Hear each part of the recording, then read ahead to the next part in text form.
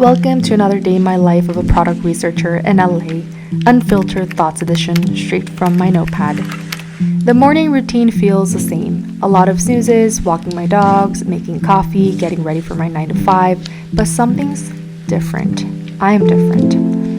It feels like yesterday when I got my layoff notice, when I blindly started rewriting my resume for an application that I wasn't even sure if anybody was even going to look at. Practicing answers to interview questions like, so why did you leave your last role?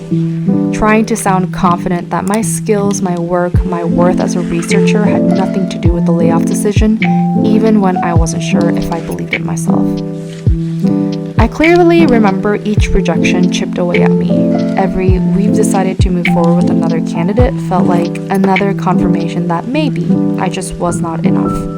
The fact that I don't have fancy experiences on my resume, the fact that I don't have a master's degree, a PhD. Then one day, an offer came, a new job, a new start, and then there came relief and excitement, but also something else, also something harder to explain. I should be happy, and I am, but sometimes I catch myself hesitating before logging in, waiting for the other shoe to drop.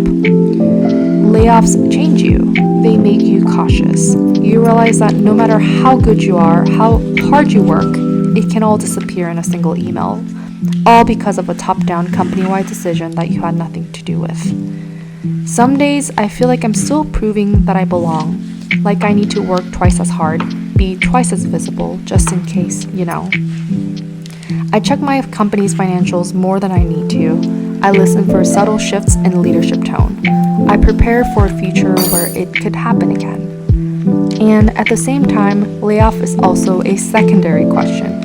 On another lens, is being in tech, is being in UX a smart thing for me 10 to 20 years down the road? That's another question that keeps me thinking. Stability in this industry is an illusion. Tech industry is extremely fragile to economic downturns, and then within it, the field of UX is even more vulnerable. And then there's product research.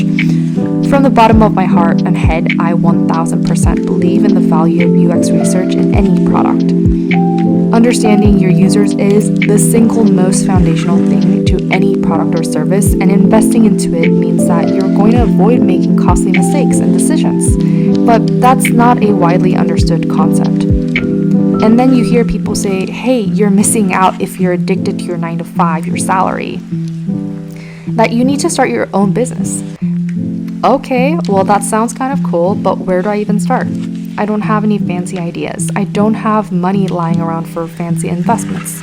What I have is a hefty mortgage that I need to pay off each month. And we calculated that off of the combined salary between my husband and myself, and I can't just decide not to pay my part. How am I supposed to take risk here? And even if I decided that I will, where do I even start? My business school never taught me this. And some of y'all might laugh at this, but listen, I'm in my early 30s and I'm realizing that I'm also aging. My parents are getting old. I probably should be planning for kids soon as I enter into my 30s.